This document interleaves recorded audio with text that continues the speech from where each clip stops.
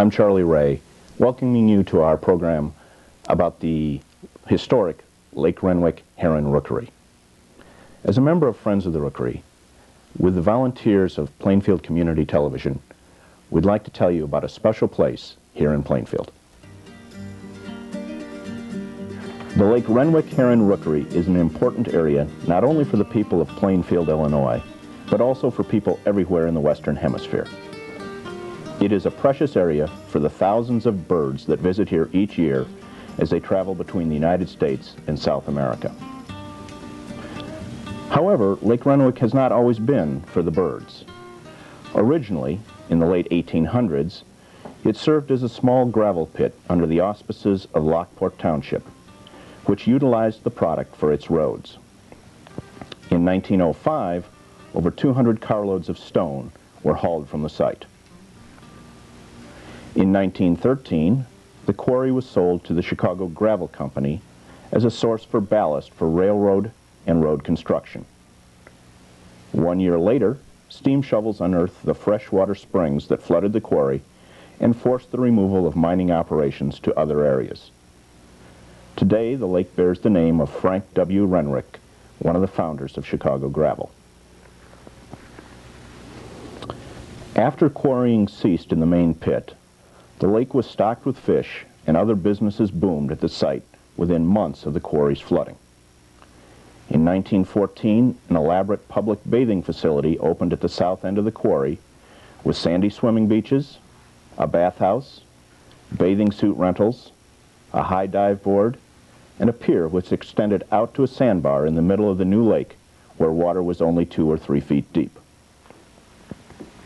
Season passes were sold for $3 each. Also in 1914, an ice storage building was erected. In winter, ice was harvested from the quarry with the aid of horses fitted with spiked shoes. The ice was used to cool ice boxes, the refrigerators of the time. Employing a workforce of 140 men in the winter season, ice harvesting was an important component of Plainfield's economy. But in 1924, large-scale ice harvesting came to an abrupt end in an ironic event, the burning of the Chicago Gravel Company's ice house. In the 1920s, a dance hall was built near the lake on the south side of Renwick Road. It featured panel walls that could be propped open for ventilation in hot weather. During the 20s, the sounds of Charleston music echoed over the waters of the lake. The dance hall later became a popular roller skating rink. A restaurant called Powell's Mill was built near the northeast corner of Route 30 and Renwick Road.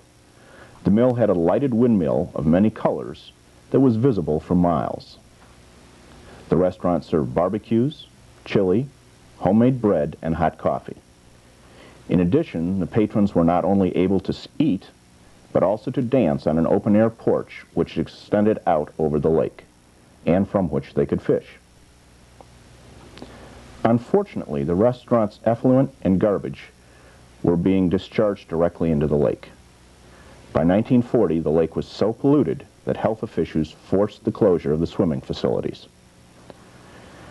After the dance hall and skating rink closed and the restaurant burned, Lake Renwick was eventually fenced off from public access altogether. Aside from gravel washing and illegal fishing, the site was relatively undisturbed, which made it ideal for the birds to move in, and so they did.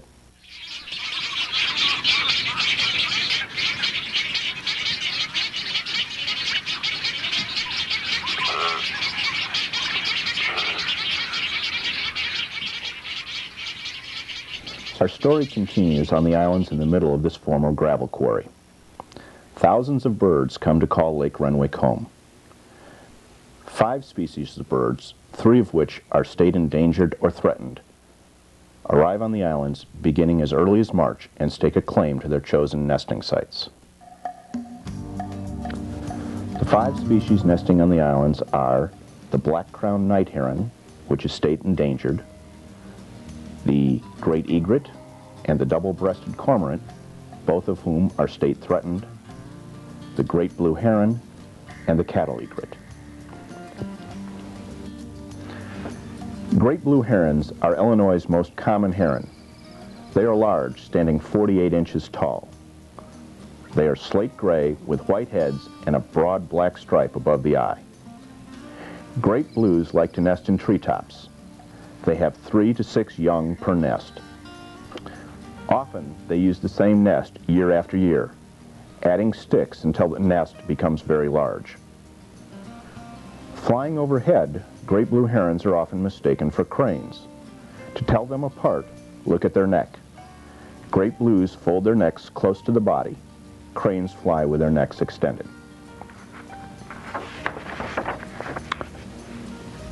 Great egrets in Illinois were upgraded from endangered to threatened in 1994. These birds stand about 38 inches high. They are slender white birds with long black legs and yellow bills. Great egrets like to nest halfway up the tree. Some nest in fallen trees. They have 3 to 4 young per nest. In the early 1900s, great egrets were almost hunted to extinction. Their beautiful breeding plumage was fashionable for ladies' hats. Black-crowned night herons are endangered in Illinois. They are short, standing 25 inches tall. They have a black crown and back, gray wings, and white underparts. Night herons like to nest low, often on the ground. They have 3 to 6 young. As their name suggests, black-crowned night herons are out at night when they do most of their feeding. Double-crested cormorants were also recently upgraded from endangered to threatened in Illinois. They are about 33 inches tall and are black with webbed feet and a red-orange chin pouch. Cormorants nest in treetops. They have 3 to 5 young per nest. Cattle egrets are the smallest of the birds at Lake Renwick. They are 20 inches tall and are white with stubby yellowish bills. Adults in breeding plumage have an orangey buff color on their crowns, breasts, and backs. These birds like to nest low, sometimes on the ground. They have 3 to 6 young. Cattle egrets often look for food in the fields among livestock. Unlike other water birds, cattle egrets eat mostly insects instead of aquatic life. Arriving after long flights from South America, Mexico, and the southern United States, the herons, egrets, and cormorants go through their courtship rituals and settle down to raise the next generation of avian inhabitants. Over 1,000 adults nest in the trees and on the ground of the islands.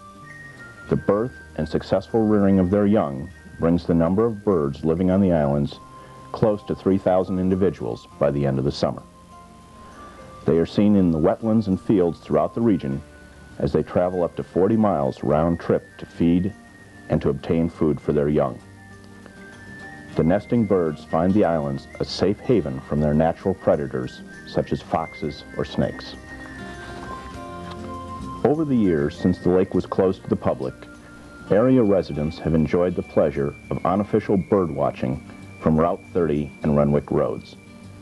With threats of development in the late 1980s, concerned citizens helped fuel the demand that the area be protected by the state of Illinois.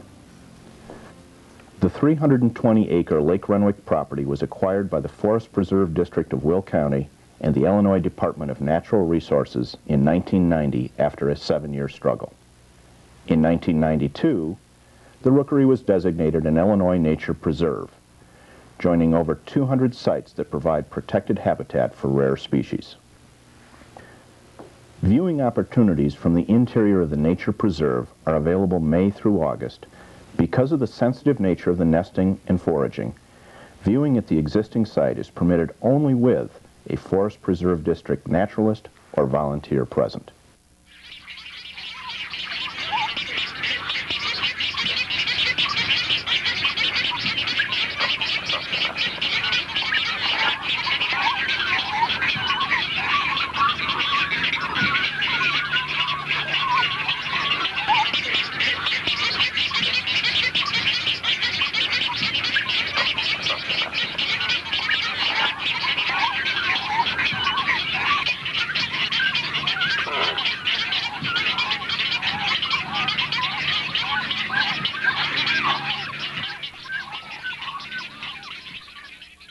The latest chapter took place in the summer of 1996 when developers came before the Plainfield Village Board with plans to build 21 townhomes on a 3.25-acre site along the western shore of Lake Renwick, just 200 yards from the islands where the herons and egrets nest. Local citizens expressed concern for the future of the rookery if over 100 people lived so close to the nesting sites.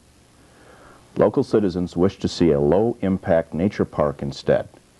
This would protect the birds and allow people to observe the nesting through a viewing blind. The Village of Plainfield Board of Trustees delayed a vote on the proposed development to allow citizens time to come up with an alternative plan. These people joined forces with the Will County chapter of the Illinois Audubon Society to form a nonprofit organization called Friends of the Rookery. Working with representatives of the Forest Preserve District and the village authorities, the Friends of the Rookery met with the developers to explore alternatives. In order to reduce impact on the nesting birds, the Illinois Department of Natural Resources imposed restrictions on the timing and location of construction activities. Thus, the builders could not build on the property from March through August. That presented a window of opportunity for the Friends of the Rookery to gather financial support for a nature park.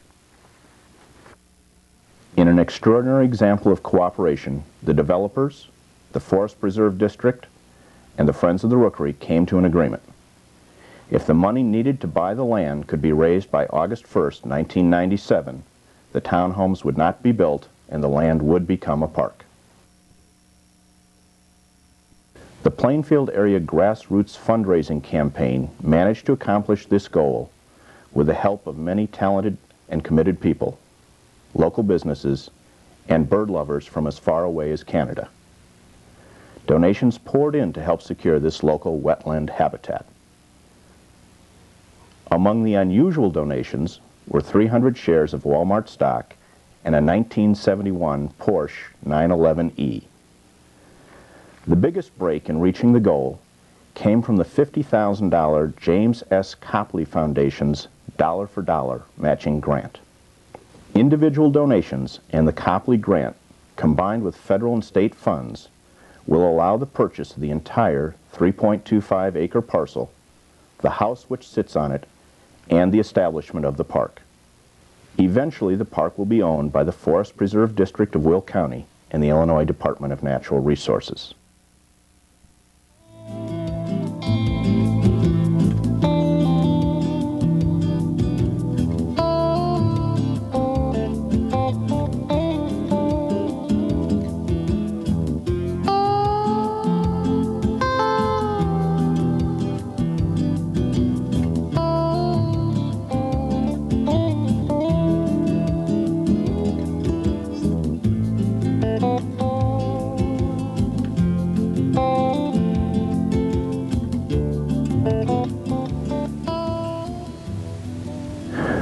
Most of us know that large portions of the wetlands in the continental United States have been irreversibly altered or destroyed.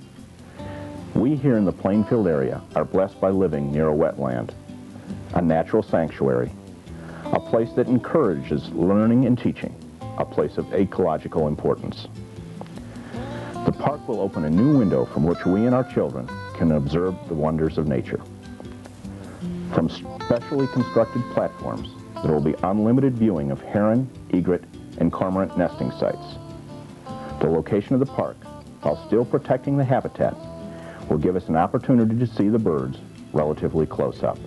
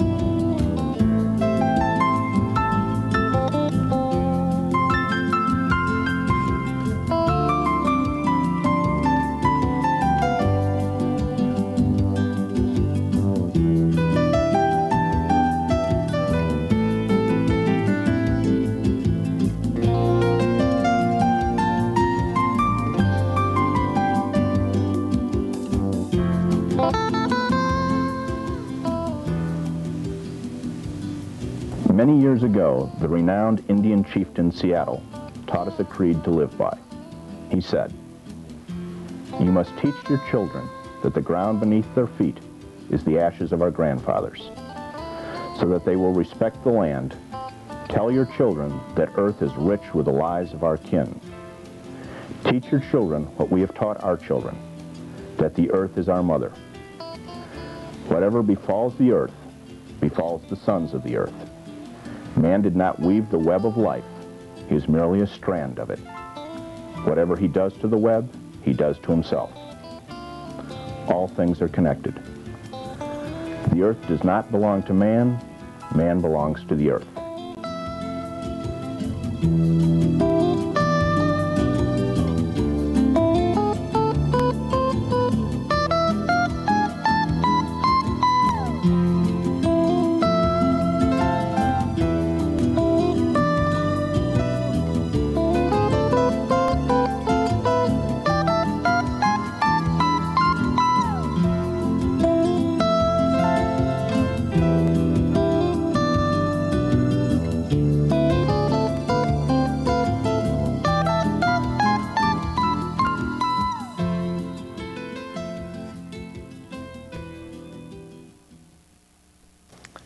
Thank you for watching, and a big thank you to all of you who help preserve this natural treasure.